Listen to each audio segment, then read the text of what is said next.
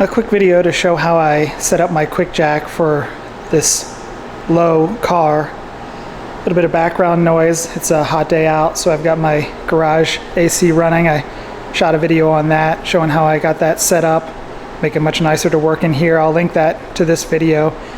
But here I'm just going to walk through the few things that I do to make it easier to get this car lifted up and get as much clearance, both with the QuickJack being positioned under it and when it's up in the air, the steps that I take to get this to work. So the QuickJack is very clear that you can't have a zero lift configuration in terms of starting out, and what that means is there has to be at least some room between your jack point and the block that sits in the frame there in order to let the system pressurize. So you got to have a little space so essentially it can kind of get going and get the strength it needs to lift things up. So on this low car, I wanted to give myself a little more room to get the jack pad in there and the biggest block that would fit in the frame and still have that space to let the system get pressurized. And what I did here is built these mini ramps. I went to Home Depot and just bought pre-cut MDF and trimmed them up a little bit, cut them so that they are easy to drive up on. So I haven't had any issues with them trying to flip up or being too hard to get up on. That's why there's kind of the first step to pin it down, and no real effort even at all to get up on that. And then same for the get up on the higher level. No drama at all getting up on these. The lower piece is a 1/2 inch thick and the second piece is 3/4, so overall that just gives me another 1.25 inches of clearance to get the things underneath. My QuickJack is the BL 5000 SLX. This is a pretty small QuickJack. It works fine for this car.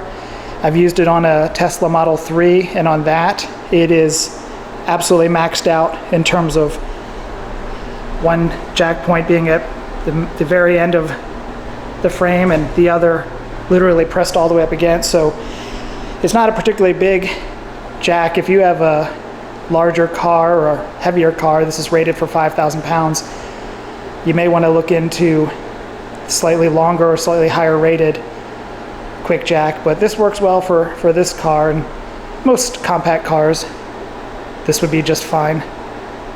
But I need that little extra space underneath it to get it going.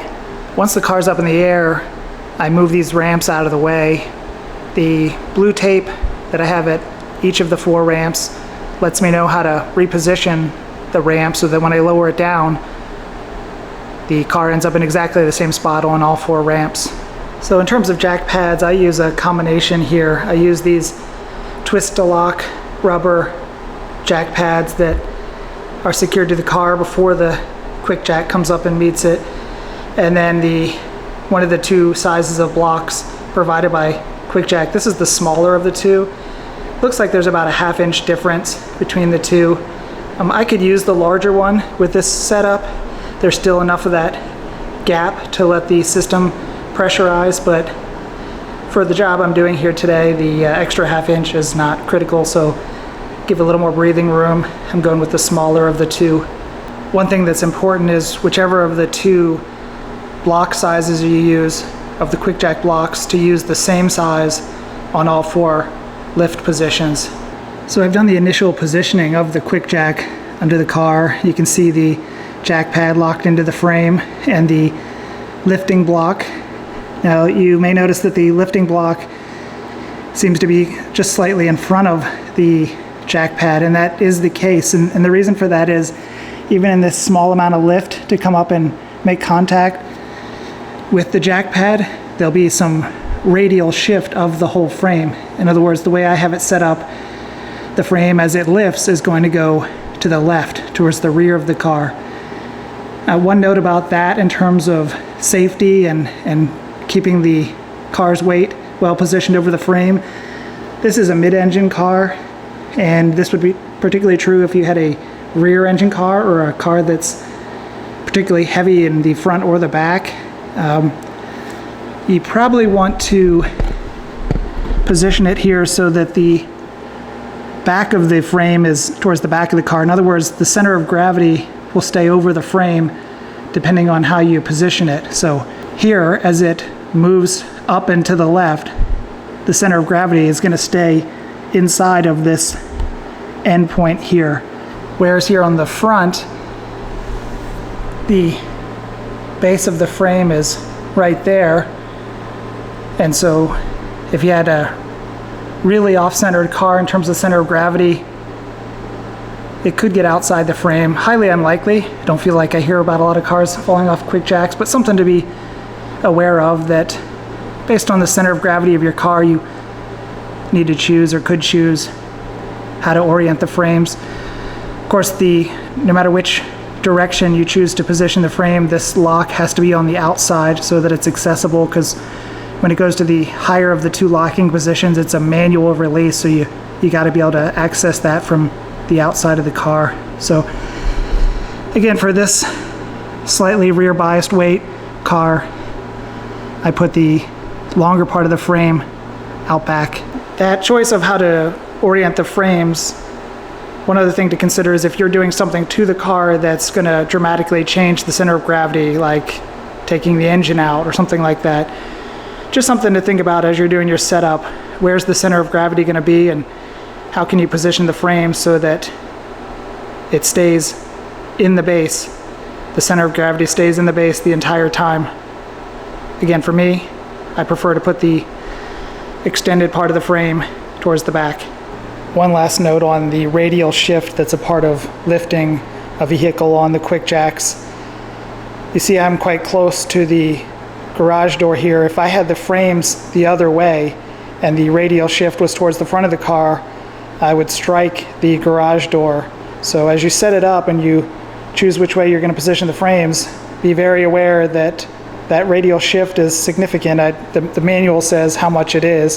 It varies based on the QuickJack model, but here, again, as it lifts, it's going to move towards the back and left and move away from the door. But something to be really careful about is how the radial shift will move the car front or back. So I'm just about done setting up the hydraulics.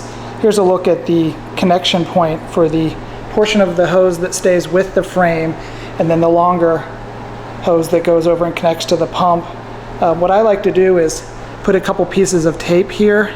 The hoses have to come out so that they're not getting pinched. And the manual talks about this. You got to be careful that it's not under the wheels and it's not too far to the left underneath this arm that moves, because it could get pinched or crushed under there.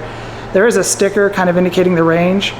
What I found is that to the left of that sticker is already starting to get stuck, so where I have it here is where I like to have it come out. And so the tape is just there to let me know that as I'm doing the final positioning and the car's up and the car's down, that's not moving. So if I see the tape disturbed or displaced, I know I have to consider, is it going to be clear when it comes back down? So if it stays put, I know that hydraulic line hasn't moved and it's not at any risk of being pinched as it comes back down. And here's a look at everything hooked up to the pump. Good positive connection there with those collars twisted so that they stay locked. You can see that right there, offset from the ball.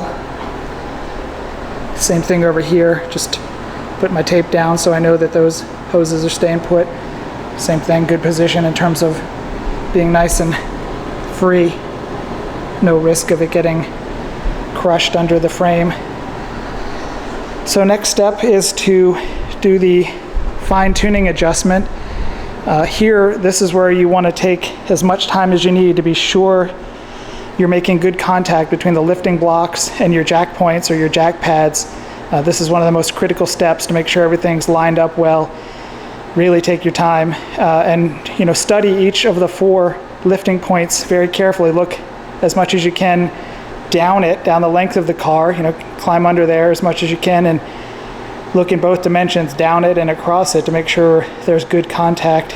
Beyond that, I do a few start to the lift. In other words, I bring the frames up to almost make contact with the jack pads, and that way I can see what fine tuning is needed. So that's what I'm going to do next.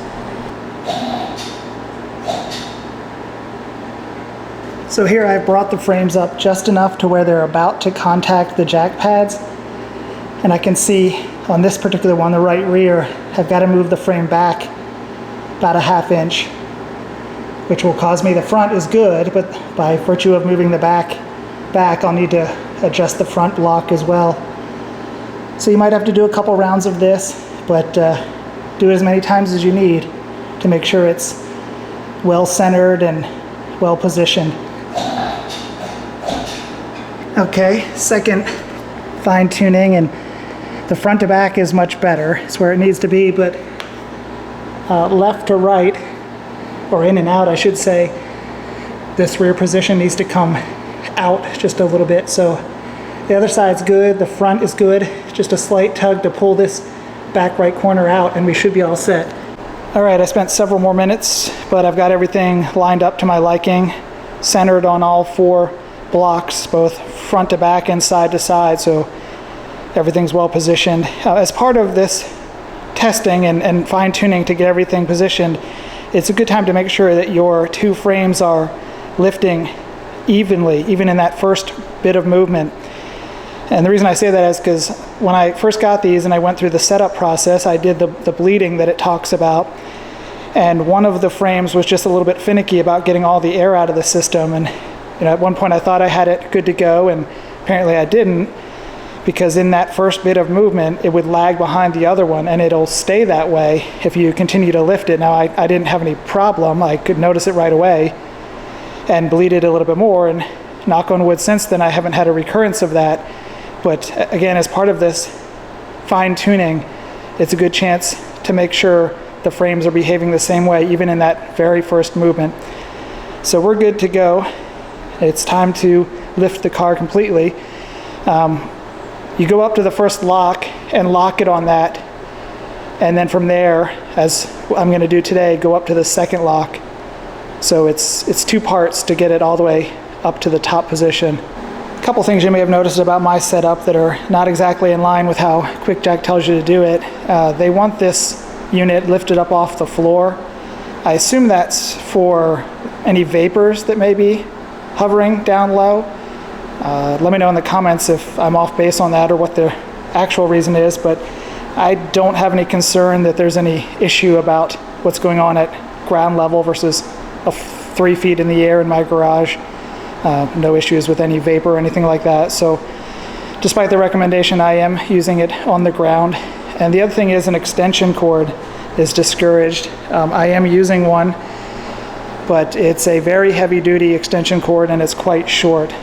So I don't think that poses any issues, but ideally you don't have to use an extension cord. The cord that's with the pump is reasonably long, but I prefer to have it out of that outlet over there, which means I need an extension cord.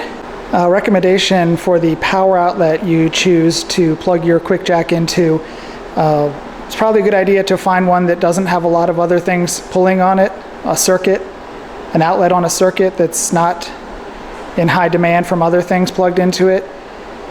The last thing you want is your breaker to pop from being overloaded while the car's midway through the lift. For example, I have this air conditioner here that pulls quite a bit of power, and I have that on a separate circuit so as not to overload the circuit that the QuickJack's on. All right, time to lift the car. I've double checked all my hydraulic hose connections and the positioning of the hoses. The car is out of gear and the parking brake is on. So we're gonna go up to the first lock and stop at the first lock, but we're gonna go up to the first lock uninterrupted.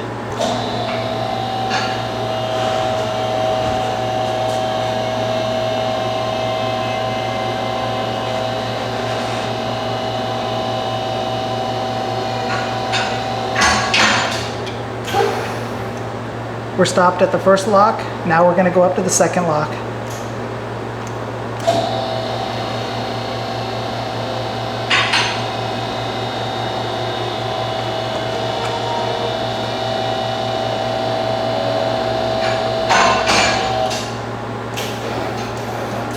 Once you've got it on the second lock, the last step is just to double check that it's truly seated on that lock. You can let all the hydraulic pressure out of the system by, once you get on that upper lock or the lower lock, just pressing the down button to release the pressure. So I've done that, and now I'm just checking that everything is well seated here. And it's looking good in terms of the jack points. I've inspected the locks, the hydraulic lines, just gave everything a good look, review now that it's lifted up and everything's looking good. The jack pad and the block do deform a little bit. It's not a problem at all. Just be aware that, try to get some light on it, that's normal. So yeah, all done, ready to start the project. That project actually is to replace the muffler that's on here now, the exhaust. Plenty of room to do that on the QuickJacks. So that's it. Thanks for watching.